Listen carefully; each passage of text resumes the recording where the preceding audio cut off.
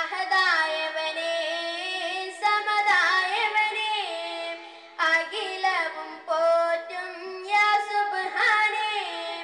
അഹദായവനേ സമദായവനേ അഖിലവും പോറ്റും യാ സുബ്ഹാനേ.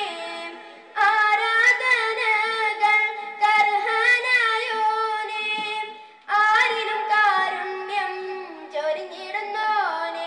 ആരാധനകൾ കർഹനായോനേ ആരിലും കാരുണ്യം ചൊരിഞ്ഞിടുന്നോനേ. അഹദായവനേ സമദായവനേ അഖിലവും പോറ്റും യാ സുബ്ഹാനേ. അഹദായവനേ സമദായവനേ അഖിലവും പോറ്റും യാ സുബ്ഹാനേ. ഇല്ലാ നിനക്കായി ആദിയും അന്ത്യവും ഇല്ലാ ജനനവും മരണവും നിന്നിൽ. ഇല്ലാ നിനക്കായി ആദിയും അന്ത്യവും ഇല്ലാ ജനനവും മരണവും നിന്നിൽ. ഇല്ലാ സ്വരൂപവും നിഴലും നിന്നിൽ. ഇല്ലാ സ്വരൂപവും നിഴലും നിന്നിൽ. എല്ലാം നിനക്കായി സമന്മാരായാലും എല്ലാം നിനക്കായി സമന്മാരായാലും അഹദായവനേ സമദായവനേ അഖിലവും പോറ്റും യാ സുബ്ഹാനേ. അഹദായവനേ സമദായവനേ അഖിലവും പോറ്റും യാ സുബ്ഹാനേ.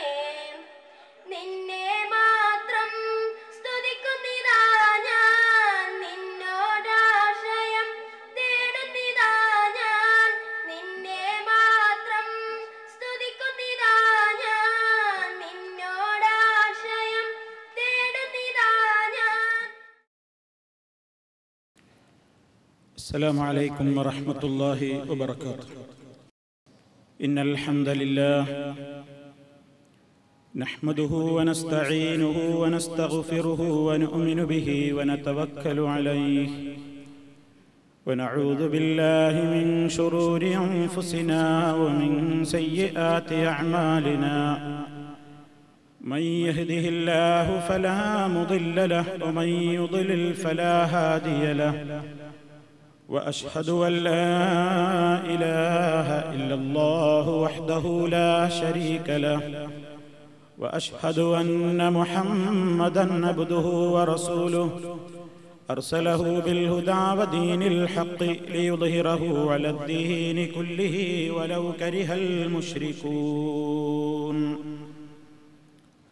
اللهم صل على محمد وعلى آل محمد كما صليت على إبراهيم وعلى آل إبراهيم إنك حميد مجيد. اللهم بارك على محمد وعلى آل محمد كما باركت على إبراهيم وعلى آل إبراهيم إنك حميد مجيد. أما بعد فإن خير الكلام كلام الله وخير الهدي هدي محمد صلى الله عليه وسلم وشر الأمور محدثاتها وكل محدثة بدعة وكل بدعة ضلالة. يا أيها الذين آمنوا اتقوا الله حق تقاته ولا تموتن إلا وأنتم مسلمون. أعوذ بالله من الشيطان الرجيم. ألا إن أولياء الله لا خوف عليهم ولا هم يحزنون الذين آمنوا وكانوا يتقون.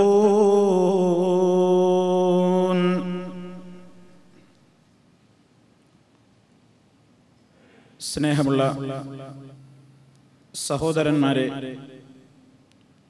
സുഹൃത്തുക്കളെ, അല്ലാഹു സുബ്ഹാനഹു വ തആല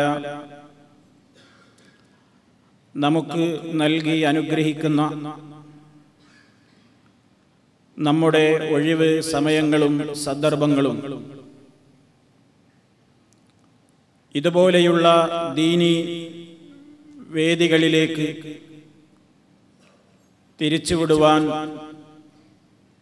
തൗഫീഖ് നൽകിയ സർവശക്തനായ അല്ലാഹുവിനെ സ്തുതിക്കുന്നു. നമ്മിൽ നിന്ന് അല്ലാഹു ഇതൊരു സ്വാലിഹായ അമലായി ഖബൂൽ ചെയ്യുമാറാകട്ടെ എന്ന് ആമുഖമായി ദുആ ചെയ്യുകയാണ്.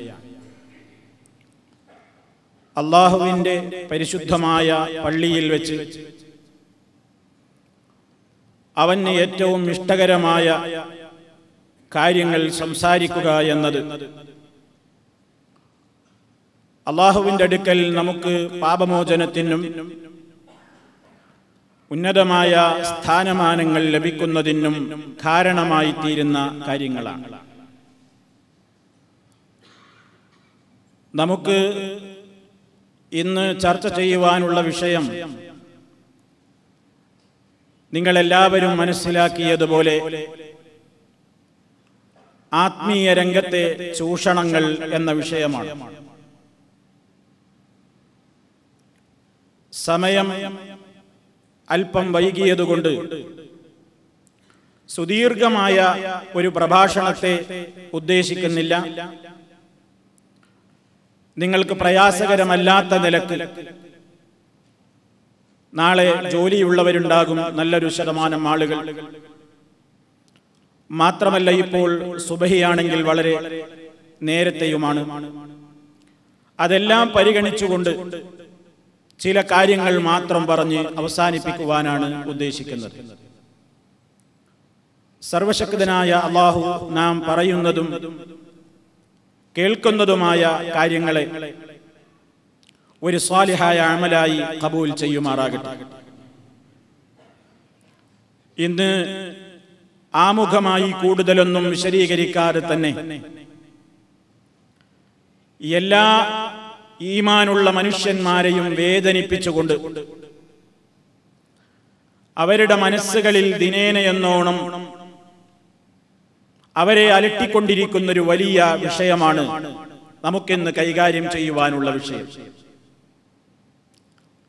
ദിനപത്രങ്ങളിലൂടെ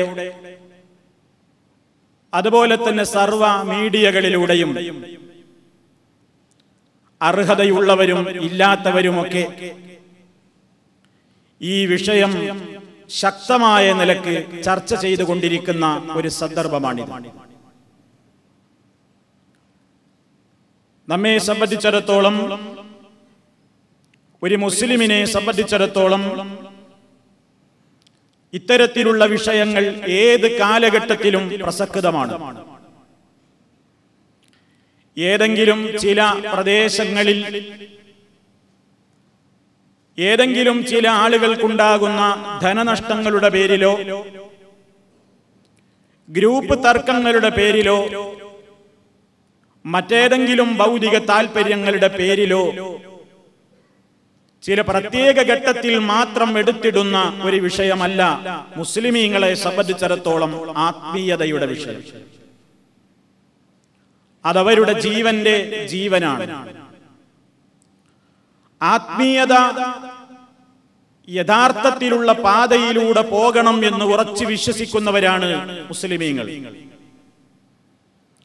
അത് വഴിതെറ്റിപ്പോയാൽ അപകടത്തിൽ ചാടും, നരകത്തിലെത്തുമെന്ന് അടിയുറച്ച് വിശ്വസിക്കുന്നവരാണ് യഥാർത്ഥ വിശ്വാസികൾ. അതുകൊണ്ട് തന്നെയാണ് മഹാന്മാരായ മുഴുവൻ പ്രവാചകന്മാരും ഈ ലോകത്ത് വന്നത് മനുഷ്യനിലെ ആത്മാവിനെ നേരിന്റെ പാതയിലേക്ക് നടത്തി അതിനെ പരിപോഷിപ്പിക്കുവാനും സമൃദ്ധമാക്കുവാനും വേണ്ടിയായിരുന്നു. മഹാന്മാരായ പ്രവാചകന്മാരെല്ലാം വന്നത് ആത്മീയ രംഗത്ത് മനുഷ്യൻ വഴിതെറ്റിപ്പോകരുത് എന്ന നിലക്കാണ്. അതിനുവേണ്ട കൃത്യമായ ഉപദേശങ്ങളും നിർദ്ദേശങ്ങളും കാലാകാലങ്ങളിൽ ഇവിടെ നടന്നുകൊണ്ടിരിക്കണം എന്ന് അള്ളാഹു കൃത്യമായി തന്നെ നിശ്ചയിച്ചിരിക്കുകയാണ്. മഹാനായ ആദം നബി അലൈഹിസ്സലാത്തു വസ്സലാം മുതൽ അന്ത്യപ്രവാചകനായ മുഹമ്മദുർ റസൂലുള്ളാഹി സ്വല്ലല്ലാഹു അലൈഹി വസല്ലം വരെയുള്ള പ്രവാചക ശൃംഖല, ആ പ്രവാചക ശൃംഖലയുടെ ഒരുപാട് കണ്ണികൾ വന്നുപോയപ്പോൾ അവരൊക്കെ ജനങ്ങളെ ആത്മീയമായി ശുദ്ധീകരിക്കുകയായിരുന്നു.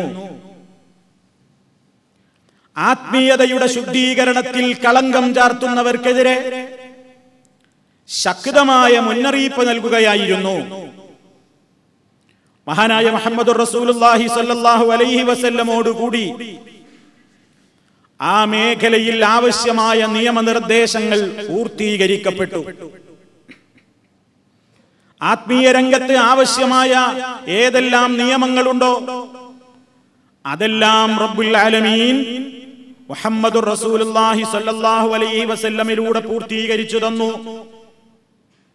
ഇനി ആത്മീയതയുടെ ശുദ്ധീകരണത്തിന് ഇന്ന കാര്യങ്ങളെല്ലാം ആവശ്യമാണെന്ന് പറഞ്ഞുകൊണ്ട് ഒരാളുടെ രംഗപ്രവേശം ആവശ്യമല്ലാത്ത വണ്ണം കൃത്യവും വ്യക്തവും സ്പഷ്ടവുമായ നിലക്ക് അല്ലാഹു സുബ്ഹാനഹു വ തആല മുത്ത് മുസ്തഫ സല്ലല്ലാഹു അലൈഹി വസല്ലമിലൂടെ അത് പൂർത്തിയാക്കി തന്നു.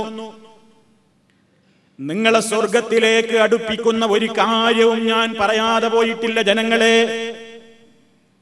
നിങ്ങൾ നരകാഗ്നിയിലേക്ക് പോയി ചാടാൻ സാധ്യതയുള്ള ഒരു കാര്യത്തിൽ നിന്നും നിങ്ങളോട് ഞാൻ വിരോധിക്കാതെയും പോയിട്ടില്ല എന്ന് നബി സല്ലല്ലാഹു അലൈഹി വസല്ലം ഈ സമുദായത്തെ കൃത്യമായി പഠിപ്പിച്ചതാണ്. അതുകൊണ്ട് ആത്മീയമായി ഏതെങ്കിലും മനുഷ്യന് ഖിയാമത്ത് നാൾ വരെ ജീവിക്കുന്ന ഏത് മനുഷ്യനാണെങ്കിലും, ഏത് കാലഘട്ടത്തിൽ ജനിക്കുന്നവനാണെങ്കിലും, സ്ത്രീയാണെങ്കിലും പുരുഷനാണെങ്കിലും ആത്മീയ ശുദ്ധി കൈവരിക്കണമെങ്കിൽ ആവശ്യമായ നിയമങ്ങളും നിർദ്ദേശങ്ങളും എന്തു വേണോ അതെല്ലാം ഇനി പുതിയ ഒരാൾ വന്ന് പഠിപ്പിക്കേണ്ടതില്ലാത്തവണ്ണം കൃത്യമായി തന്നെ നബി സല്ലല്ലാഹു അലൈഹി വസല്ലമിലൂടെ പഠിപ്പിക്കപ്പെട്ടിട്ടുണ്ടെന്ന് ചുരുക്കം. ആ പഠിപ്പിച്ച മാർഗത്തിലൂടെ മുന്നോട്ട് പോകുന്ന ആളുകൾക്ക് ആത്മീയ രംഗത്ത് വമ്പിച്ച വിജയം നേടാൻ സാധിക്കുന്നു. ആ മേഖലയിൽ നിന്ന് വഴിപിഴച്ചുപോയ കക്ഷികൾക്ക് ആ രംഗത്ത് വമ്പിച്ച പരാജയവും സംഭവിക്കുന്നു. ഇത് രണ്ടും വിവേചിച്ച് അറിയുവാനുള്ള ബുദ്ധിയും മനക്കരുത്തും മനസ്സാക്ഷിയും അതിനുള്ളവരെ തുറന്ന അന്വേഷണ ബുദ്ധിയുമാണ് ഒരു മനുഷ്യൻ നേടിയെടുക്കേണ്ടത്. സഹോദരന്മാരെ, എന്താണിപ്പോൾ ഈ വിഷയം ഇങ്ങനെ ചർച്ചയ്ക്ക് വരാൻ കാരണം? മുജാഹിദ് പ്രസ്ഥാനത്തെ സംബന്ധിച്ചിടത്തോളം, സലഫികളെ സംബന്ധിച്ചിടത്തോളം അത് സംഘടിതമായി കേരളത്തിൽ എന്ന് പ്രവർത്തനം തുടങ്ങിയോ അതിന്റെ 1-ാം തീയതി മുതൽ ഈ നിമിഷം വരെയും ഇനി ഇൻഷാ അല്ലാഹ് ഖിയാമത്ത് നാൾ വരേക്കും ഈ ആദർശത്തിന്റെ തേരാളികൾ, ഇത് കൊണ്ട് നടക്കുന്ന സഹോദരീ സഹോദരന്മാർ ജനങ്ങളോട് കൃത്യമായി തന്നെ പറഞ്ഞുകൊണ്ടിരിക്കും. എന്താണ് പറഞ്ഞുകൊണ്ടിരിക്കുന്നത്? മനുഷ്യ, നിന്റെ സൃഷ്ടാവായ അല്ലാഹു സുബ്ഹാനഹു വ തആല ആ നാഥന് മാത്രമാണ് നിന്നെ സംബന്ധിച്ച് അറിവുള്ളവൻ. നിന്റെ ഹൃദയ രഹസ്യങ്ങൾ അറിയുന്നവൻ അല്ലാഹു മാത്രമാണ്. നിന്റെ എല്ലാ പ്രശ്നങ്ങളും നീ അറിയുന്നതിന്റെ മുമ്പേ അറിഞ്ഞവനാണ് അല്ലാഹു. നിന്റെ ഓരോ ചലനങ്ങളും അവൻ അറിയുന്നുണ്ട്. നിന്റെ ഓരോ സെക്കൻഡുകളെ സംബന്ധിച്ചും അവൻ കൃത്യമായി അറിവുള്ളവനാണ്. ആ നിലക്ക് നിന്നെ പറ്റി കൃത്യമായി എത്രത്തോളമെന്നോ യഅലമു ഖായിനത്തൽ അഅ്യുനി വമാ തുഖ്ഫിസ് സുദൂർ, കണ്ണുകളുടെ കട്ടുനോട്ടങ്ങളെ സംബന്ധിച്ചും ഹൃദയങ്ങളിൽ ഒളിപ്പിച്ചു വെച്ചിട്ടുള്ള കാര്യങ്ങളെ സംബന്ധിച്ചും കൃത്യമായി അറിയുന്നവൻ അല്ലാഹു ആകുന്നു. മനുഷ്യനെ പടച്ച റബ്ബ് തന്നെ കൃത്യമായി തന്നെ അറിയിച്ചു തന്നു. ലഖദ് ഖലഖ്നൽ ഇൻസാൻ വലഖദ് ഖലഖ്നൽ ഇൻസാന, തീർച്ചയായും മനുഷ്യനെ നാം സൃഷ്ടിച്ചിരിക്കുന്നു. അതുകൊണ്ട് തന്നെ സൃഷ്ടാവ് അല്ലാഹുവാണ് എന്നതുകൊണ്ട് തന്നെ ആ സൃഷ്ടാവായ അല്ലാഹുവിന് തന്റെ സൃഷ്ടിയുടെ ഒരു കാര്യവും മറഞ്ഞതല്ല, എല്ലാം അവൻ അറിഞ്ഞുകൊണ്ടിരിക്കുന്നു. എത്രത്തോളം അവന്റെ മനസ്സെന്താണോ മന്ത്രിച്ചു കൊണ്ടിരിക്കുന്നത്, അവന്റെ മനസ്സിലെ വികാരങ്ങൾ എന്താണെന്ന് കൃത്യമായി നാം അറിയുന്നു. ഓരോ ചലനങ്ങളും അറിയുന്നു. കാരണം അല്ലാഹു ആലിമുൽ ഗൈബി വശഹാദ, ദൃശ്യവും അദൃശ്യവും എല്ലാം ഒരുപോലെ അറിയുന്നവനാകുന്നു. ഈ വിശ്വാസത്തിന്റെ വിശദീകരണമാണ് ലാ ഇലാഹ ഇല്ലല്ലാഹ് മുഹമ്മദുർ റസൂലുള്ളാഹ്. ഈ ശക്തമായ കലിമത്ത് തൗഹീദിന്റെ വിശദീകരണമായിക്കൊണ്ട് ലോകത്തെ ജനങ്ങളോട് വിശുദ്ധ ഖുർആനിന്റെയും തിരുസുന്നത്തിന്റെയും അടിസ്ഥാനത്തിൽ ഇസ്ലാഹി പ്രസ്ഥാനം, സലഫി പ്രസ്ഥാനം പറഞ്ഞുകൊണ്ടിരിക്കുന്നത്. ഞാൻ പറയുന്നത് ഈ വിഷയം ഇന്നോ ഇന്നലെയോ പറയാൻ തുടങ്ങിയതല്ല. എന്തേ കാരണം? ലോകത്ത് അല്ലാഹു സുബ്ഹാനഹു വ തആല മഹാന്മാരായ അമ്പിയാക്കളെ നിയോഗിച്ച കാലം മുതൽ തന്നെ നേരിന്റെ പാതയിൽ നിന്ന് ജനങ്ങളെ വഴിതെറ്റിച്ചു കൊണ്ടുപോയി ആത്മീയമായി അവരെ ദുഷിപ്പിക്കാനും അവരെ ചൂഷണം ചെയ്യുവാനുമുള്ള ശത്രുക്കളുടെ ശ്രമങ്ങൾ പണ്ടേ തുടങ്ങിയിട്ടുള്ള കാര്യമാണ്. അത് മുമ്പേ ഈ ലോകത്ത് നടന്നു വന്നുകൊണ്ടിരിക്കുന്ന ഒരു സംഗതിയാണ്. ഇപ്പോൾ നിങ്ങൾ നോക്കൂ, നമ്മുടെ കേരളത്തിൽ പത്രങ്ങളിലൂടെ ഒരു ചർച്ച തുടങ്ങാനുള്ള കാരണം, ഒരു സ്വാമി വേഷധാരിയായ ഒരു വ്യക്തി പിടിക്കപ്പെടുകയും അയാളുടേതായ ചില പ്രത്യേകമായ ചരിത്രങ്ങൾ, ഉള്ളറകൾ പുറത്തേക്ക് വരികയും ചെയ്തു. അങ്ങനെ പുറത്തേക്ക് വന്നത് മുതൽ അന്വേഷണങ്ങളായി. അതുപോലെ തന്നെ ഈ രൂപത്തിലുള്ള ആളുകൾക്ക് വേണ്ടിയുള്ള അന്വേഷണങ്ങളും അതുപോലെ തന്നെ ചർച്ചകളുമൊക്കെ നടന്നു. അങ്ങനെ ചെറുതും വലുതുമായ പലരും ആ ചർച്ചയിൽ രംഗത്ത് വന്നു. പലരും പിടിക്കപ്പെട്ടു. പലരെ സംബന്ധിച്ചുമുള്ള വാർത്തകൾ പത്രധാരാ ജനങ്ങൾ അറിഞ്ഞു. ചെറുതും വലുതുമായ ഒരുപാട് സിദ്ധവേഷധാരികൾ പുറത്തേക്ക് ചാടി. ഇതിലെല്ലാം മതവിഭാഗക്കാരുമുണ്ട്. ഒരു സന്തോഷ് മാധവനിൽ നിന്ന് തുടങ്ങിയതാണ്. അവിടുന്ന് അങ്ങോട്ട് തുടങ്ങി കുറെ സ്വാമിമാരും സ്വാമിനിമാരും അമ്മമാരുമൊക്കെ തായമാരുമൊക്കെ പിടിക്കപ്പെട്ടു. അവിടുന്ന് അങ്ങോട്ട് കുറച്ചുകൂടി പോയപ്പോൾ ആലുവ സുൽത്താൻ അടക്കമുള്ള ആലുവ ശൈഖ് യൂസുഫ് സുൽത്താൻ എന്ന പേരിലുള്ള ഒരു ഔലിയ വേഷധാരി, ഒരു ശൈഖ്ധാരിയായി കൊണ്ട് നടക്കുന്ന അയാളിലേക്ക് അന്വേഷണം പോയി. അങ്ങനെ പല സ്ഥലങ്ങളിലൂടെയും ചെറുതും വലുതുമായ തങ്ങന്മാരെന്ന് പറയപ്പെടുന്നവരും ബീവി വേഷധാരികളും അങ്ങനെ പല രൂപത്തിലുള്ള ആളുകളുമൊക്കെ പിടിയിലായി. അതങ്ങോട്ട് മുസ്ലിമീങ്ങളുടെ കൂട്ടത്തിൽ അതും ചർച്ചയായി. കുറച്ചങ്ങോട്ടെത്തിയപ്പോൾ ഡിവൈൻ കേന്ദ്രങ്ങൾ എന്ന പേരിൽ അറിയപ്പെടുന്ന രോഗശുശ്രൂഷ കേന്ദ്രങ്ങളും വചനപ്രഘോഷണ കേന്ദ്രങ്ങളും രോഗശാന്തി ശുശ്രൂഷയുമൊക്കെയായി കഴിയുന്ന പനക്കലച്ചൻ ഉൾപ്പെടെയുള്ള മുരിങ്ങൂരിലെ ഡിവൈനിലെ അച്ഛന്മാരെ സംബന്ധിച്ചും അതുപോലെ തന്നെ കോടികൾ സമ്പാദിച്ചിട്ടുള്ള ചില ആളുകൾ ബിലീവേഴ്സ് ചർച്ച് എന്ന പേരിൽ നടത്തിക്കൊണ്ടിരിക്കുന്ന സ്ഥാപനങ്ങളിൽ നടന്നുകൊണ്ടിരിക്കുന്ന അഹിതകരമായ കാര്യങ്ങളെ സംബന്ധിച്ചുമൊക്കെയുള്ള ചർച്ചകൾ അങ്ങനെ കേരളത്തിൽ ദിനം പ്രതി ഓരോന്നോരോന്നായി പുറത്തു വന്നു. ഓരോ മതവിഭാഗങ്ങളിലും പെട്ടിട്ടുള്ള ആളുകൾ അതാത് കാര്യങ്ങളിലെ ആളുകളെ സംബന്ധിച്ച് ചർച്ചകൾ പുറത്തേക്ക് വന്നു. അതൊരു വലിയ വിഷയമായി. കേരളമൊട്ടുക്ക് ചർച്ചകൾ പൊടിപൊടിച്ചു. പത്രങ്ങൾ കൃത്യമായി പല കാര്യങ്ങളും എഴുതി. പല രൂപത്തിലുള്ള കാര്യങ്ങളും പുറത്തു വന്നു. ചാനലുകൾ പലതും ദൃശ്യമായി തന്നെ ജനങ്ങളുടെ ഹൃദയങ്ങളിലേക്ക്, ജനങ്ങളുടെ കണ്ണുകളിലേക്ക്, കാതുകളിലേക്ക് പലതും പുറത്തേക്ക് പ്രവഹിപ്പിച്ചു. അങ്ങനെ നമ്മുടെ കേരളത്തിന്റെ ചരിത്രത്തിൽ ഇന്നുവരെ ഇല്ലാത്ത നിലക്ക് സിദ്ധന്മാരെ കുറിച്ച്, ഔലിയാക്കൾ എന്ന് പറയപ്പെടുന്നവരെ കുറിച്ച്, സ്വാമിമാരെ കുറിച്ച്, അച്ഛന്മാരെ സംബന്ധിച്ച്, പാതിരിമാരെ സംബന്ധിച്ച്, അതുപോലെ തന്നെ ബാവമാരെ സംബന്ധിച്ച്, അമ്മമാരെ സംബന്ധിച്ചുള്ള ഒരു ചർച്ചയുടെ കേന്ദ്രം തന്നെയായി മാറി കേരളം. അവിടുത്തെ പത്രങ്ങളും വലിയ ഒരു വിഷയമായി മാറി. അങ്ങനെ വിഷയമായി ആകെ ഇളക്കി മറിച്ചുകൊണ്ടുള്ള ചർച്ച കേരളത്തിൽ നടന്നുകൊണ്ടിരിക്കുമ്പോ ഇതിനെതിരെ പ്രതികരണങ്ങൾ പല ഭാഗത്തു നിന്നും ഉണ്ടായി. പ്രതികരിച്ച ഒരു കൂട്ടർ മതത്തിൽ വിശ്വാസമില്ലാത്തവരാണ്. മതബോധമില്ലാത്ത, മതത്തിൽ വിശ്വാസമില്ലാത്ത, മതം മനുഷ്യനെ മയക്കുന്ന കറുപ്പാണെന്ന് പ്രത്യേകമായി പോളിസി പഠിപ്പിച്ചുകൊണ്ടിരിക്കുന്ന കമ്മ്യൂണിസത്തിന്റെ യുവജന സംഘടന കേരളത്തിൽ പല സ്ഥലങ്ങളിലേക്കും മാർച്ച് നടത്തുമെന്ന് പ്രഖ്യാപിച്ചു. ഒരു മതത്തിന്റെയും ആളുകളെ നോക്കാതെ അത് ഈ നിലക്കുള്ള സുൽത്താൻമാരുടെ വീടുകളിലേക്കാണെങ്കിലും അമ്മമാരുടെ കേന്ദ്രങ്ങളിലേക്കാണെങ്കിലും അച്ഛന്മാരുടെ കേന്ദ്രങ്ങളിലേക്കാണെങ്കിലും ഞങ്ങൾ പോകുമെന്ന് പ്രഖ്യാപിച്ചു. മാർച്ചുകൾ തുടങ്ങി, ചിലയിടത്തൊക്കെ അടിപിടിയായി, കേസായി, അതേപോലെ തന്നെ പല രൂപത്തിലുള്ള വിഷയങ്ങളായി. അങ്ങനെ ഒരു കൂട്ടം ആളുകൾ അതിന്റെ പിന്നാലെയുണ്ട്. സഹോദര, അവരെ കൊണ്ട് ഈ പ്രശ്നത്തിന് പരിഹാരം കാണാൻ കഴിയുമോ? ഇല്ല. കാരണം അത് രാഷ്ട്രീയ കണ്ണാണ്. രാഷ്ട്രീയ കണ്ണുള്ളവരെ കൊണ്ട് ഈ മേഖലയിൽ ഒന്നും ചെയ്യാനാവില്ല. മാത്രമല്ല, അവരെ സംബന്ധിച്ചിടത്തോളം വിശ്വാസം എന്ന ഒന്ന് ഇല്ലേ ഇല്ല. അവർക്ക് എല്ലാ വിശ്വാസവും അന്ധവിശ്വാസമാണ്. അള്ളാഹുവിലുള്ള യഥാർത്ഥത്തിലുള്ള വിശ്വാസവും അവർക്ക് അന്ധവിശ്വാസമാണ്. റസൂൽ സല്ലല്ലാഹു അലൈഹി വസല്ലമിലുള്ള വിശ്വാസവും അവരെ സംബന്ധിച്ചിടത്തോളം അന്ധവിശ്വാസമാണ്. അങ്ങനെ അവരെ സംബന്ധിച്ചിടത്തോളം ഒരു വളയമില്ലാതെ ചാടുന്നവരാണ്. അവർക്ക് എന്തും പറയാം, എന്തും ചെയ്യാം. അതുകൊണ്ട് ഈ സമൂഹത്തിൽ അവരെ സംബന്ധിച്ച് പ്രതീക്ഷയില്ല. അതുകൊണ്ടൊന്നും സംഭവിക്കാനില്ല.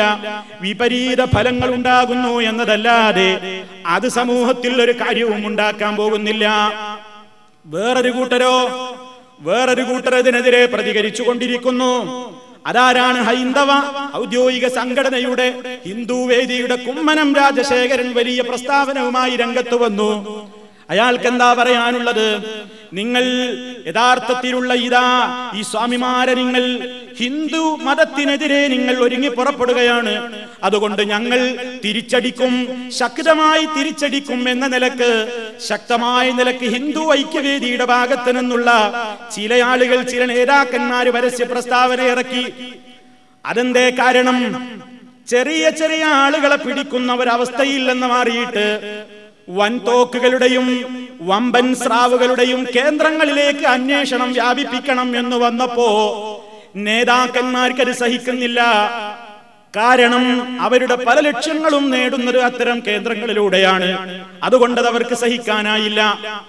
ഇതേപോലെ തന്നെ വേറെ ചില ആളുകൾ പ്രതികരിക്കുന്നത്, യഥാർത്ഥത്തിൽ ഇസ്ലാമിലെ ഔലിയാക്കളെ നിങ്ങൾ വിമർശിക്കുകയാണ്, കറാമത്തുകളെ നിങ്ങൾ വിമർശിക്കുകയാണ്, ഇസ്ലാമിലുള്ള ചികിത്സകളെ നിങ്ങൾ തള്ളുകയാണ് എന്നും പറഞ്ഞുകൊണ്ട് ഞങ്ങൾ ഇതിനെതിരെയും രംഗത്ത് വരും എന്ന് പറഞ്ഞുകൊണ്ട് വ്യാജന്മാരായ ആളുകൾക്ക് പുറമെ യഥാർത്ഥത്തിലുള്ള ചില ആളുകളുണ്ട് എന്ന വ്യാജേന അവരുടെയും നേതാക്കന്മാർ ചില പ്രസ്താവനകളുമായി നടക്കുന്നു.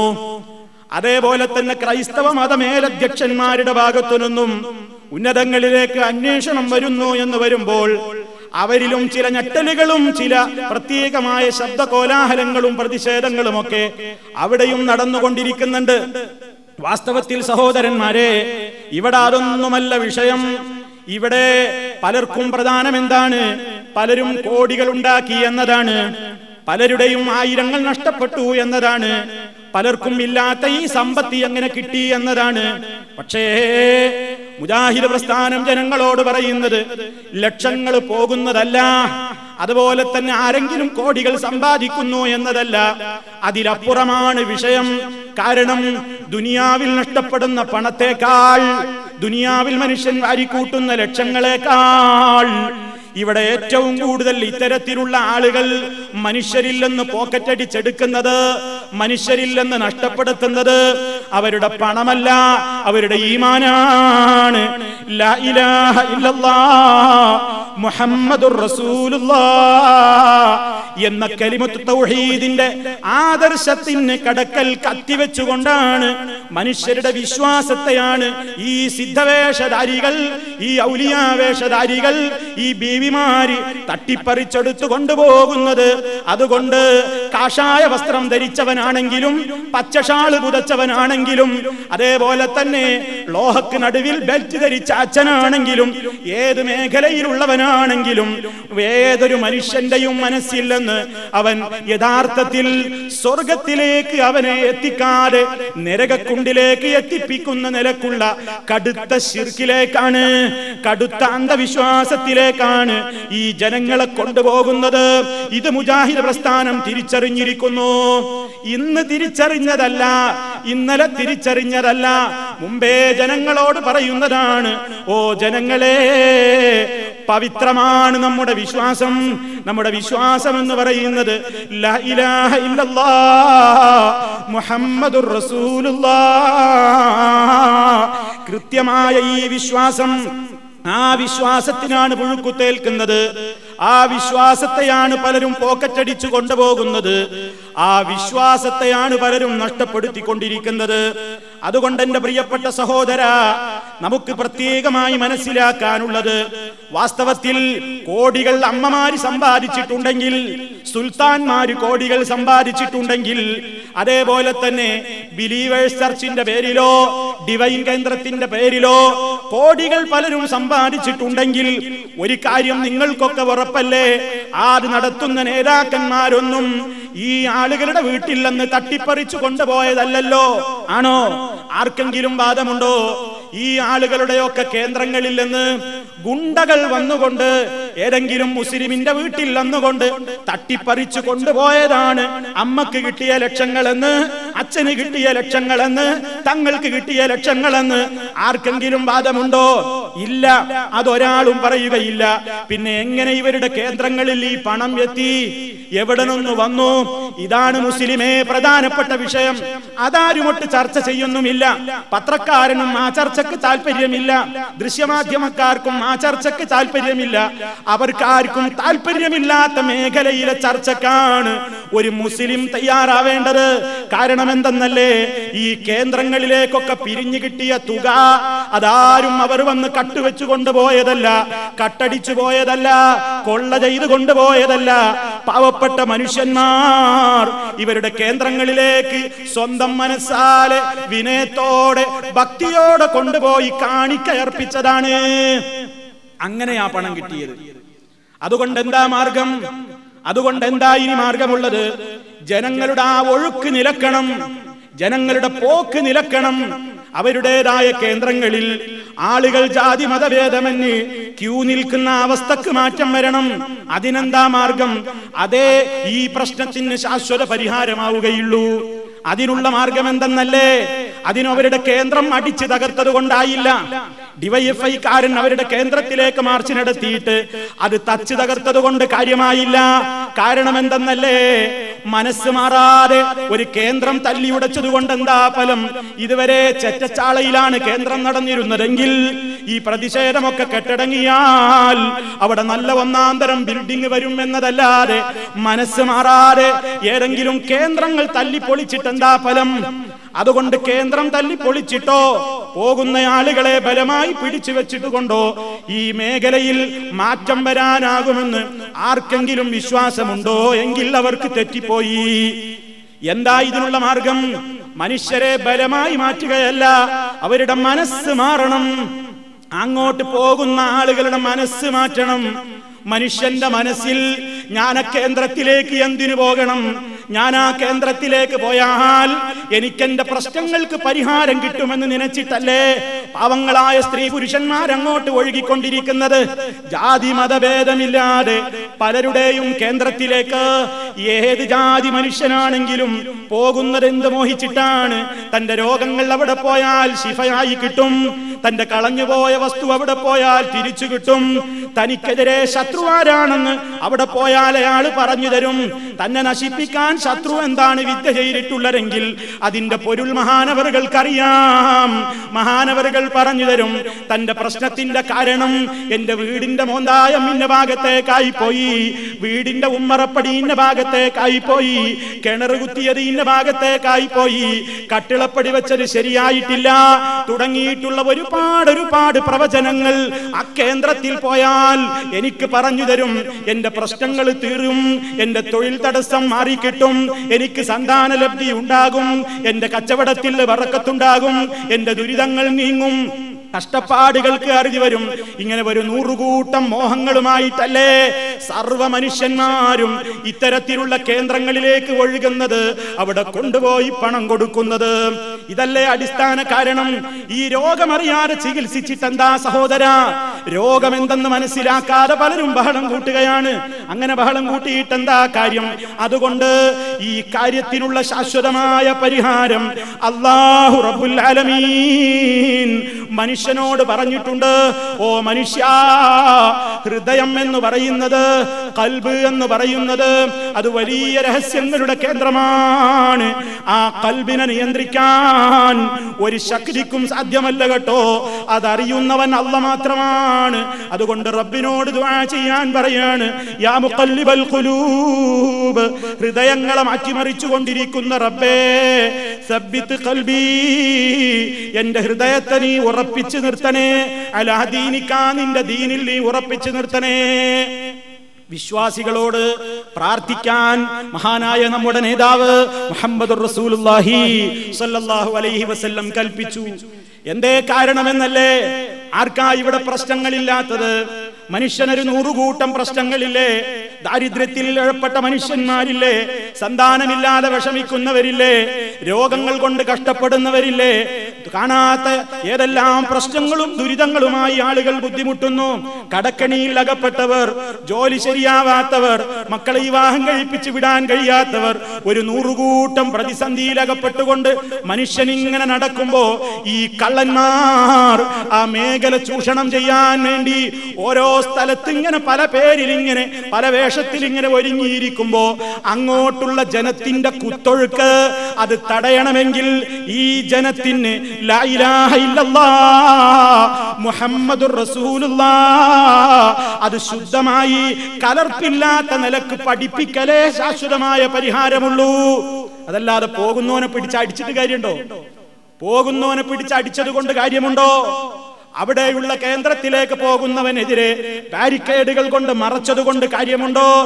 ഇവന്റെ മനസ്സ് മാറിയിട്ടില്ലെങ്കിൽ നിന്റെ ബാരിക്കേഡും തട്ടി തകർത്തിട്ട് അവൻ ഉള്ളോട്ട് കയറില്ലേ? നിന്റെ അടി കിട്ടാത്ത നേരം നോക്കിയിട്ട് അവൻ അങ്ങോട്ട് പോകില്ലേ? അപ്പൊ അടി ഇതിന് പരിഹാരമല്ല, അക്രമം ഇതിന് പരിഹാരമല്ല. ഇതിന് പരിഹാരം ഒന്നേയുള്ളൂ. അത് അല്ലാഹ് പറഞ്ഞു തന്നതാണ്. അല്ലദീന ആമനൂ വതത്മഇന്നു ഖുലൂബുഹും ബിദിക്രില്ലാഹ് അലാ ബിദിക്രില്ലാഹി തത്മഇന്നുൽ ഖുലൂബ്. ഹൃദയങ്ങൾക്ക് അടക്കം കിട്ടണോ? മനസ്സിന്റെ അസ്വസ്ഥതകൾക്ക് പരിഹാരം വേണോ? ശാന്തി വേണോ? മനുഷ്യ, നിന്റെ റബ്ബിലേക്ക് മടങ്ങിക്കോ. അല്ലാഹുവിൽ മാത്രം തവക്കുലാക്കുന്നവന് ശാന്തിയാണ്.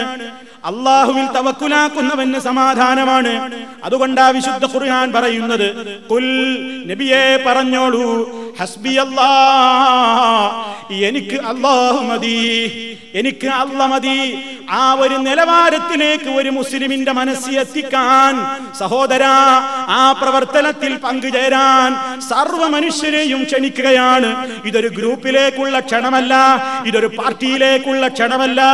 ഈ സമുദായത്തെ ഒറ്റിക്കൊടുക്കുന്ന, ഈ സമുദായത്തെ ചൂഷണം ചെയ്യുന്ന കള്ളന്മാരെ പിടിച്ചു കെട്ടാൻ എല്ലാ വിഭാഗീയതയും മറന്നുകൊണ്ട് മുസ്ലിമേ, നിനക്ക് ഐക്യപ്പെടാൻ മോഹമുണ്ടോ? നിനക്ക് ഒന്നിക്കാൻ താല്പര്യമുണ്ടോ? എങ്കിൽ അല്ലാഹു റബ്ബുൽ ആലമീൻ പറഞ്ഞ ഒരൊറ്റ പരിഹാരമേയുള്ളൂ. വഅലല്ലാഹി ഫൽയതവക്കലിൽ മുതവക്കിലൂൻ. ഭരമേൽപ്പിക്കുന്നവരൊക്കെ അല്ലാഹുവിൽ ഭരമേൽപ്പിക്കട്ടെ. ഇതാണ് ഒരു മുസ്ലിമിന്റെ വിശ്വാസം. മുസ്ലിം അവന്റെ 5 നേരത്തെ നിസ്കാരം കഴിഞ്ഞാൽ എന്താ പറയുന്നത്? അല്ലാഹുമ്മ ലാ മാനിഅ ലിമാ അഅ്തൈത, റബ്ബേ, നീ തന്നത് തടയാൻ ഒരു ശക്തിയെ കൊണ്ടും സാധ്യമല്ലെന്ന് ഞാൻ ഉറച്ചു വിശ്വസിക്കുന്നു.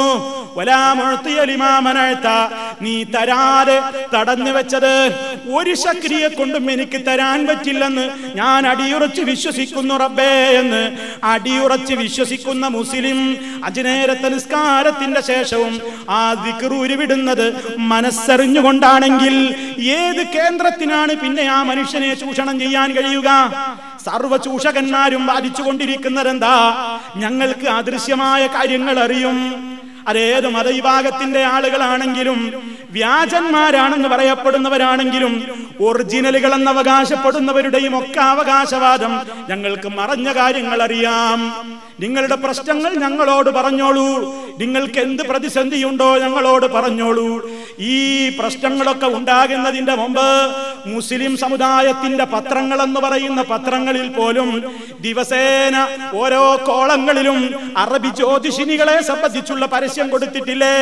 ഇത്തരത്തിലുള്ള ആളുകളെയൊക്കെ പാലൂട്ടി തേനൂട്ടി വളർത്തിയിട്ട് സർക്കുലേഷൻ വളർത്താൻ വേണ്ടിയിട്ടും പരസ്യത്തിന്റെ പൈസ കിട്ടാൻ വേണ്ടിയിട്ടും ക്ലാസിഫൈഡുകളിൽ ഇത്തരത്തിലുള്ള കള്ളന്മാരുടെ കൃത്യമായ പരസ്യങ്ങൾ നൽകിയ പത്രങ്ങളാണ് ഇപ്പോ തൗബ ചെയ്യുന്നു എന്ന മട്ടിൽ ഇതിനെതിരെ വെണ്ടക്ക നിരത്തിക്കൊണ്ടിരിക്കുന്നത്.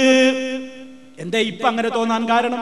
നിങ്ങളല്ലേ ഇവരെ പ്രോത്സാഹിപ്പിച്ചത്? പത്രങ്ങളെ നിങ്ങളല്ലേ ഏലസിന്റെയും തകിടിന്റെയും പരസ്യം കൊടുത്തത്? നിങ്ങളല്ലേ തൊഴിൽ തടസ്സം മാറിക്കിട്ടാൻ വേണ്ടി ഇന്ന മഠത്തിലേക്ക് പോയിക്കോ എന്ന് റൂട്ടും കിലോമീറ്ററും ഒക്കെ അളന്ന് കൃത്യപ്പെടുത്തി കൊടുത്തത്? നിങ്ങളല്ലേ ചാത്തൻ സേവാ മഠങ്ങളിലേക്ക് പോകാൻ പരസ്യം കൊടുത്തത്? നിങ്ങളല്ലേ അറബി മാന്ത്രിക വിദ്യയുടെ ആളെന്ന് പറഞ്ഞിട്ട്, അറബി ജ്യോത്സ്യൻ എന്ന് പറഞ്ഞിട്ട്, അറബി ജ്യോതിഷം എന്ന് പറഞ്ഞിട്ട് അത്തരത്തിലുള്ള ഹക്കീമുമാരുടെയും മുല്ലമാരുടെയും തങ്ങന്മാരുടെയും ഒക്കെ വീടുകളിലേക്കുള്ള അഡ്രസ്സും കിലോമീറ്ററുകളും ഒക്കെ പത്രത്തിൽ പൈസ വാങ്ങിയിട്ട് പരസ്യം കൊടുത്ത പത്രക്കാർക്ക് എന്തേ ഇപ്പൊ വലിയ ഒരു പ്രയാസം തോന്നുന്നത്? അതാ പറഞ്ഞത്, ഇവരുടെ ഒന്നും ലക്ഷ്യം യഥാർത്ഥമായ നിലക്കല്ല. അതുകൊണ്ട് മുസ്ലിമേ, ഭൗതികമായ ലക്ഷ്യങ്ങളില്ലാതെ ചിന്തിക്കുന്ന ഒരു മുസ്ലിം മനസ്സിലാക്കേണ്ടത്, ഈ പോകുന്ന ആളുകളുടെ പോക്ക് തടയണമെങ്കിൽ അവരുടെ ഓരോരുത്തരുടെയും മനസ്സ് മാറണം. മനസ്സ് മാറാതെ നിയമം കൊണ്ടൊരു കാര്യമില്ല, ഒരു കാര്യമില്ല. അതുകൊണ്ട് മനസ്സ് മാറണം, മനസ്സിൽ യഥാർത്ഥ വിശ്വാസം ഉണ്ടാകണം, അള്ളാഹുവിനെ പറ്റിയുള്ള അടിയുറച്ച വിശ്വാസം ഉണ്ടാകണം. എന്താണ് ഒരു മുസ്ലിം വിശ്വസിക്കേണ്ടത്? ഞാൻ ഈ പറയുന്ന കാര്യങ്ങൾ ഒരാൾ വിശ്വസിച്ചാൽ ഒരു തങ്ങൾക്കും പിന്നെ ഇവനെ വേട്ടയാടാനാവില്ല, ഒരു സ്വാമിക്കും ഇവനെ പിടികൂടാനാവില്ല, ഒരച്ഛന്റെയും മുമ്പിൽ ഇവൻ പിന്നെ കുമ്പസരിക്കാൻ പോവുകയില്ല. കാരണം എന്തെന്നല്ലേ? റബ്ബുൽ ആലമീൻ നമുക്ക് നിർദ്ദേശിച്ചു തരികയാണ്. അള്ളാഹിനെ പറ്റി നീ മനസ്സിലാക്കേണ്ട പ്രധാനപ്പെട്ട ഒരു കാര്യമുണ്ട്.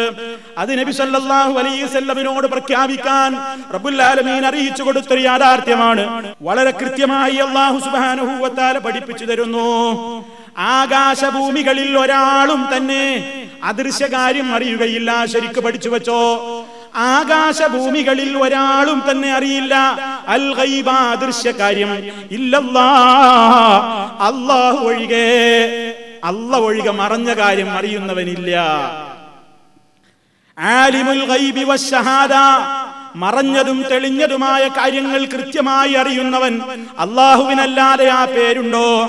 ഖുർആനിൽ 25ഓളം മഹാന്മാരായ പ്രവാചകന്മാരുടെ പേര് പോലും വന്നിട്ടില്ലേ? ഏതെങ്കിലും ഒരു നബിയെ സംബന്ധിച്ച് വിശുദ്ധ ഖുർആൻ ആലിമുൽ ഗൈബി വശഹാദ എന്ന് പറഞ്ഞിട്ടുണ്ടോ? അല്ലാമുൽ ഗുയൂബ് എന്ന് പറഞ്ഞിട്ടുണ്ടോ? അതേപോലെയുള്ള വിശേഷണങ്ങൾ നബി സല്ലല്ലാഹു അലൈഹി വസല്ലമിനെ സംബന്ധിച്ചെങ്കിലും പറഞ്ഞിട്ടുണ്ടോ? ഇല്ല. അല്ലാഹു റബ്ബുൽ ആലമീൻ അല്ലാതെ മനുഷ്യന്റെ എല്ലാ കാര്യങ്ങളും അറിയുന്നവൻ അല്ലാഹയല്ലാതെ ഇല്ല എന്ന് ഒരാളങ്ങുറച്ച് വിശ്വസിക്കണം. പിന്നെ അമ്പിയാക്കന്മാര് മറഞ്ഞ കാര്യങ്ങൾ നമുക്ക് ചിലത് പറഞ്ഞു തന്നു. അത് അല്ലാഹു വഹീയിലൂടെ അറിയിച്ചു കൊടുത്തതാണ്. അങ്ങനെ വഹീയിലൂടെ അറിയിച്ചു കൊടുത്ത കാര്യങ്ങൾ മഹാന്മാരായ അമ്പിയാക്കന്മാരിലൂടെ നമുക്ക് മനസ്സിലാക്കാൻ സാധിച്ചിട്ടുണ്ട്. വഹീ കിട്ടിയിട്ടില്ലാത്ത വിഷയങ്ങളിൽ നബിമാർക്കും ആ കാര്യങ്ങൾ മനസ്സിലാക്കാൻ സാധിച്ചിട്ടില്ല. ഒരാൾ കിട്ട് വരുമ്പോഴേക്ക് അയാളെ മനസ്സിന്റെ അകത്തെ വിശേഷം എന്താ എന്ന് പറയുന്നവരാണ് ഇന്നത്തെ വ്യാജന്മാർ. നിങ്ങൾ കയറി വരുമ്പോഴേക്ക് നിങ്ങളുടെ മനസ്സ് വായിക്കാൻ കെൽപ്പുണ്ടത്രേ അവർക്ക്. ഇത് കള്ളവാദമല്ലേ? മഹാനായ നബി സല്ലല്ലാഹു അലൈഹി വസല്ലമിന്റെ മുമ്പിലതാ കേസുമായി വരുന്ന കക്ഷികളോട് നബി സല്ലല്ലാഹു അലൈഹി വസല്ലം പറഞ്ഞതെന്താ? നിങ്ങൾ എന്റെ മുമ്പിൽ വെച്ച് നുണ പറയരുത് കേട്ടോ. നിങ്ങൾ പറയുന്നത് ആരാണ് നുണ പറഞ്ഞത്, ആരാണ് എന്റെ മുമ്പിൽ കേസ് വാദിക്കുമ്പോ സത്യം പറഞ്ഞത് എന്ന് എനിക്ക് മനസ്സിലാക്കാൻ സാധ്യമല്ല. കാരണം ഞാനും ഒരു മനുഷ്യൻ മാത്രമാണ്. നിങ്ങളുടെ ഖൽബ് വായിക്കാൻ കഴിയില്ല എന്ന കാര്യത്തിൽ ഞാനും ഒരു മനുഷ്യനാണ്. അതുകൊണ്ട് എന്റെ മുമ്പിൽ വെച്ച് നുണ പറഞ്ഞ് ആരെങ്കിലും രക്ഷപ്പെട്ട് അവർക്ക് വല്ല ആനുകൂല്യവും എന്റെ കോടതിയിൽ നിന്ന് കിട്ടിപ്പോയാൽ അത് അയാൾക്ക് നല്ലതിനാണെന്ന് വിചാരിക്കണ്ട. അതുകൊണ്ട് അയാൾക്ക് കിട്ടുന്നത് നരകത്തിൽ നിന്നുള്ള ഒരു കഷ്ടമാണെന്ന് അവൻ ഓർക്കട്ടെ എന്ന് നബി സല്ലല്ലാഹു അലൈഹി വസല്ലം പറയുന്നു. എന്താ സഹോദരായി പറഞ്ഞത്? റസൂലുള്ളാഹിയുടെ മുമ്പിൽ ഒരു അതിർത്തി തർക്കവുമായിട്ട് കക്ഷികൾ വരികയാണ്. ഒരാൾ എന്റെ അതിർത്തി നീക്കിയിട്ടുണ്ട്, എന്റെ ഭൂമി കവർന്നിട്ടുണ്ട് എന്ന പ്രശ്നവുമായിട്ടാ വരുന്നത്. രണ്ടാളിൽ ഒരാൾ പറയുന്നത് നേരായിരിക്കും, ഒരാൾ പറയുന്നത് നുണയായിരിക്കും. പക്ഷേ മഹാനായ മുഹമ്മദ് റസൂലുള്ളാഹി സ്വല്ലല്ലാഹു അലൈഹി വസല്ലമിനോളം മഹാനായ ഒരു മനുഷ്യനെ ഈ ലോകം ഇന്നേ വരെ കണ്ടിട്ടില്ല, ഇനി കാണുകയുമില്ല. അങ്ങനത്തെ നേതാവാ പറയുന്നത്, നിങ്ങളുടെ ആരുടെയോ മനസ്സിൽ നേരുണ്ട്, ആരുടെയോ മനസ്സിൽ നുണയുമുണ്ട്. നുണ ആരാ പറയുന്നത്, നേരാരാ പറയുന്നതെന്ന് നിങ്ങളുടെ ഹൃദയം അറിഞ്ഞുകൊണ്ട് വിധിക്കാൻ എനിക്ക് കഴിയില്ലല്ലോ. അതുകൊണ്ട് എനിക്ക് മനസ്സിലായ കാര്യങ്ങൾ അനുസരിച്ചാ ഞാൻ വിധിക്കുന്നത്. അതുകൊണ്ട് ആരെങ്കിലും വാചാലതയോടുകൂടി സംസാരിച്ചിട്ട് എന്റെ അടുക്കൽ നിന്ന് അനർഹമായ നിലക്ക് ഭൂമി വാങ്ങിപ്പോകുന്നുവെങ്കിൽ നരകത്തിൽ നിന്നുള്ള ഒരു കഷ്ടമാണ് അവൻ വാങ്ങുന്നത് എന്നവൻ ഉറപ്പിച്ചു കൊള്ളട്ടെ എന്ന് പുന്നാര റസൂലുള്ളാഹി സ്വല്ലല്ലാഹു അലൈഹി വസല്ലം പഠിപ്പിക്കുന്നു. എന്താ കാരണം? നബിയുടെ മുമ്പിൽ നിൽക്കുന്നവരുടെ ഹൃദയം അറിയാൻ നബിക്ക് കഴിയില്ലെന്നർത്ഥം. അല്ലെങ്കിൽ പറഞ്ഞാ പോരെ, നീ പറയുന്നൊരു നുണയാണ്, നീ വെറുതെ വാദിക്കണ്ട, ഭൂമിയാണ് കൊടുക്കുന്നത് പറഞ്ഞാ പോരെ. പക്ഷേ നബി സല്ലല്ലാഹു അലൈഹി വസല്ലം അവിടുന്ന് എന്തേ കാര്യത്തിലെ തീരുമാനം? നബി സല്ലല്ലാഹു അലൈഹി വസല്ലമിന് അക്കാര്യം അതറിയാൻ കഴിവുള്ളവൻ അത് അല്ലാഹ് മാത്രമാണ്. പടച്ച റബ്ബുരാനല്ലാതെ ഒരാളുടെയും ഹൃദയത്തിന്റെ ഉള്ളിലെ രഹസ്യം അറിയാൻ സാധ്യമല്ല. ഈ ലോകം കണ്ട ഏറ്റവും മഹാനായ റസൂൽ സല്ലല്ലാഹു അലൈഹി വസല്ലമിന്റെ സ്ഥിതി അതാണെങ്കിൽ പിന്നെ ഖിയാമത്ത് നാൾ വരെ വരാനിരിക്കുന്ന ഏതെങ്കിലും ഒരു മനുഷ്യൻ എനിക്ക് നിങ്ങളുടെ പ്രശ്നങ്ങളൊക്കെ പറയാൻ കഴിയും, വന്നോളൂ എന്റെ വീട്ടിലേക്ക്, വന്നോളൂ എന്നെ സമീപിച്ചോളൂ, ഞാൻ നിങ്ങളുടെ പ്രശ്നങ്ങൾക്ക് പരിഹാരം തരാം, നിങ്ങളുടെ കളഞ്ഞുപോയ സ്വത്ത് ഞാൻ നേടിത്തരാം, ആരാണ് നിങ്ങളുടെ ശത്രു എന്ന് ഞാൻ പറഞ്ഞു തരാം, ഏതൊക്കെയാണ് നിങ്ങളുടെ വീട്ടിലെ പ്രതിസന്ധി എന്ന് ഞാൻ നിങ്ങൾക്ക് പറഞ്ഞു തരാം, നിങ്ങളുടെ തൊഴിൽ തടസ്സത്തിന്റെ കാരണം എന്തെന്ന് ഞാൻ പറഞ്ഞു തരാം, നിങ്ങൾക്ക് ആരാണ് ശത്രു എന്ന് ഞാൻ അറിയിച്ചു തരാം.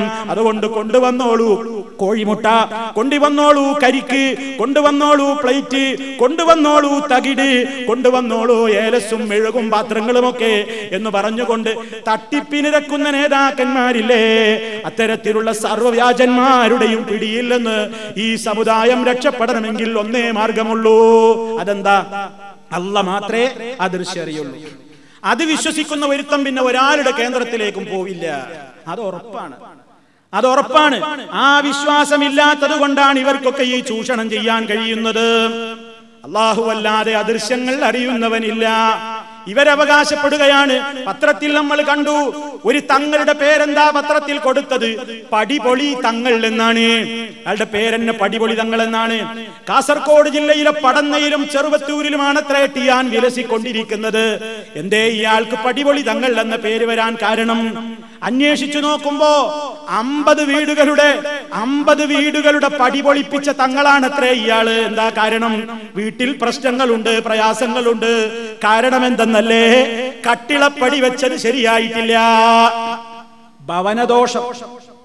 ഭവനദോഷമാണ് പ്രശ്നം. ഉമ്മറപ്പടി ശരിയായ രൂപത്തിലല്ല ഇരിക്കുന്നത്. അടുക്കള ഇന്ന ഭാഗത്തായി പോയി, മോശം. കിണറ് ഇന്ന ഭാഗത്തായി പോയി. അതേപോലെ തന്നെ ഉമ്മറപ്പടിയും വീടിന്റെ മറ്റ് തൊഴുത്തുകളും മറ്റുള്ള സ്ഥലങ്ങളുമൊക്കെ ചില സ്ഥലത്തായി പോയി. അതുകൊണ്ട് പ്രശ്നമാണ്. പോക്കുവരവുണ്ട്, ഇഫിരീത്താണ്, മാരിതാണ്, കാളിയാണ്, ഭദ്രകാളിയാണ്, പലതുമുണ്ട്. തേങ്ങ വേണം, കോഴി വേണം, ആട് വേണം, പലതും വേണം അല്ലേ? പടിപൊളി തങ്ങളുടെ ചികിത്സയാണ്. 50ഓളം വീടുകൾ ഒരു കാസർഗോഡ് ജില്ലയുടെ 2 ഗ്രാമത്തിൽ ഇയാൾ പൊളിപ്പിച്ചുവെങ്കിൽ ഇത്തരത്തിൽ എത്ര ആളുകൾ വിലസുന്നുണ്ട്? ഇതിന് മുജാഹിദുകളെ കിട്ടുവോ? എന്താ ഇവരുടെയൊക്കെ ഏറ്റവും വലിയ താല്പര്യം എന്നറിയോ? ഒരു ഭൂമി വേണമെന്ന് തോന്നിയാൽ റിയൽ എസ്റ്റേറ്റ് മാഫിയകളുമായി ഇത്തരത്തിലുള്ള ആളുകൾക്ക് വലിയ ബന്ധമാണ്. ഒരു ഭൂമി ചുളുവിൽ കിട്ടണം, വമ്പിച്ച വിലയുള്ള ഒരു സ്ഥലം, 1.5 കോടിയോളം വിലയുള്ള ഒരു വീടും പറമ്പും എന്നോട് കാസർഗോഡ് ജില്ലയിൽപ്പെട്ട ഒരു സഹോദരൻ കരഞ്ഞുകൊണ്ട് പറഞ്ഞു, 1.5 കോടി വിലയുള്ള വീടും പറമ്പും ചുളുവിൽ ഒരുത്തൻ അടിക്കാൻ വേണ്ടി നോമ്പ് നോറ്റ് നടക്കുന്നു. എന്താ പ്രശ്നം എന്നറിയോ? വീട്ടിൽ ബാധ ഉണ്ട് എന്നാണ്, വീട്ടിൽ പ്രശ്നമാണ്, അവിടെ നമുക്ക് ജീവിക്കാൻ കൊള്ളൂല, അവിടെ വിറ്റ് ഒഴിവാക്കിക്കളാനാണ്. അതുകൊണ്ട് എത്ര പറയണേ? 50 ലക്ഷം. 50 ലക്ഷത്തിന് വേറൊരുത്തൻ അടിച്ചെടുക്കണം. അതിന് ഇതാ കണ്ടോ, റിയൽ എസ്റ്റേറ്റ്, അതുപോലെ തന്നെ ഈ തങ്ങൾ, ഈ ഗൂഢമായൊരു മാഫിയ, ഒരു അവിശുദ്ധ മുന്നണി ഇവര് പ്രവർത്തിച്ചു കൊണ്ടിരിക്കുകയാണ്. എല്ലാ ഭൂമി കച്ചവടക്കാരും എല്ലാ തങ്ങന്മാരും എന്നല്ല ഞാൻ പറയുന്നത്, പത്രങ്ങൾ പുറത്തേക്ക് കൊണ്ടുവന്ന കാര്യങ്ങളായി പറയുന്നത്. ഇവര് തമ്മിൽ ഒരു വലിയ ബന്ധം. ഏതെങ്കിലും ഭൂമിയോ വീടോ പറമ്പോ നിങ്ങൾക്ക് വേണോ ചുളുവിൽ, എന്നാൽ ആ മനുഷ്യനെ പറഞ്ഞു 4 ഇങ്ങനെ പറയുമ്പോ ഇയാളും വിചാരിക്കും ശരി തന്നെ, നിങ്ങളെ വീട്ടില് തലവേദന ഉണ്ടായില്ലേ കഴിഞ്ഞ ഞായറാഴ്ച? ആ ഉണ്ടായി. അത് ഉമ്മാക്കല്ലേ ഉണ്ടായത്? അതെ. പിറ്റേന്ന് തന്നെ കുട്ടിക്ക് വയറുവേദന ഉണ്ടായില്ലേ? ആ ഉണ്ടായി. കുറച്ചപ്പുറം ചെന്നപ്പോ നിങ്ങളെ ഭാര്യക്ക് ഒരു തലയുറ്റലുണ്ടായില്ലേ? ആ ഉണ്ടായി. കാല് വഴുതി വീണില്ലേ? പ്രശ്നമാണ്. നിങ്ങൾക്ക് ആ വീട്ടിൽ താമസിക്കാൻ കൊള്ളൂല, വീടും പറമ്പും വിൽക്കണം. ഇത് നാട്ടിൽ ഇങ്ങനെ പരസ്യമായി. പിന്നെ ഇതാരോ വാങ്ങൂല. 1.5 കോടി പറഞ്ഞ സാധനം വാങ്ങാനാളില്ല. പിന്നെ അവസാനം കിട്ടുന്ന വിലക്ക് 50 ലക്ഷത്തിന് അടിച്ചെടുക്കുകയാണ്. എന്നിട്ടോ കുറച്ചു കാലം കഴിയുമ്പോൾ ഇതൊക്കെ കെട്ടടങ്ങി റിയൽ എസ്റ്റേറ്റുകാരനത് 1.25 കോടിക്ക് മറിച്ചു വിൽക്കുന്നു. ഈ തന്ത്രം, ഈ അവിശുദ്ധ മുന്നണി ഒരു യഥാർത്ഥ മുജാഹിദിന്റെ വീട് ഇങ്ങനെ അവന്റെ ഒരു വീടിന്റെ പടി പൊളിക്കുന്നത് പോയിട്ട് ഒരു തരി മണ്ണതില്ലെന്ന് എടുത്തു മാറ്റാൻ ഒരു മുജാഹിദിനെ അങ്ങനെ ചെയ്യിപ്പിക്കാൻ സാധിക്കുമോ? എന്താ കാരണം?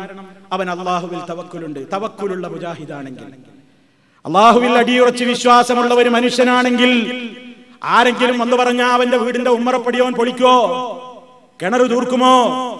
അതല്ലെങ്കിൽ അടുക്കള ആ ഭാഗത്തായി പോയത് കൊണ്ടാണ് ഈ വീട്ടിൽ നിന്ന് രോഗം മാറാത്തതെന്ന് പറയുന്നു. അതുപോലെ എത്ര ബിസിനസ്സുകാരെ തമ്മിൽ തെറ്റിച്ചു. കേരളത്തിൽ ഇന്നും ഒരു കേസ് നടന്നുകൊണ്ടിരിക്കുകയാണ്. ബിസിനസ്സിൽ പാർട്ട്ണർമാരായ ഒരാളെ 2 ആളുകൾ തമ്മിൽ തെറ്റി. ഒരു കൂടോത്രക്കാരൻ ഒരു തങ്ങൾ പറഞ്ഞു കൊടുത്തു, ഇതാ ഈ ആള് നിങ്ങൾക്കെതിരെ കൂടോത്രം ചെയ്തിരിക്കുന്നു, ഇയാളെ പാർട്ട്ണറായി വെക്കുന്നിടത്തോളം കാലം നിങ്ങൾക്ക് ഈ ബിസിനസ് പുരോഗതി ഉണ്ടാവുകയില്ല, അതുകൊണ്ട് ഇയാളെ പെട്ടെന്ന് പാർട്ട്ണർഷിപ്പിൽ നിന്ന് പിരിച്ചുവിടണം. പ്രശ്നങ്ങളായി. ആത്മഹത്യയിലേക്കാണ് അത് ചെന്നെത്തിയത്. നിങ്ങളൊക്കെ വായിച്ചിട്ടുണ്ടാകും. ഞാൻ അതുകൊണ്ട് പത്രക്കട്ടിങ്ങളൊന്നും കൊണ്ടുവന്നിട്ടില്ല. നിങ്ങളുടെയൊക്കെ മനസ്സിലുണ്ടാകും ആ കഥകളൊക്കെ. എന്താ സഹോദര ഇതിന്റെയൊക്കെ കാരണം? ഖൈറും ശർറും തീരുമാനിക്കുന്നവൻ ആരാണ്?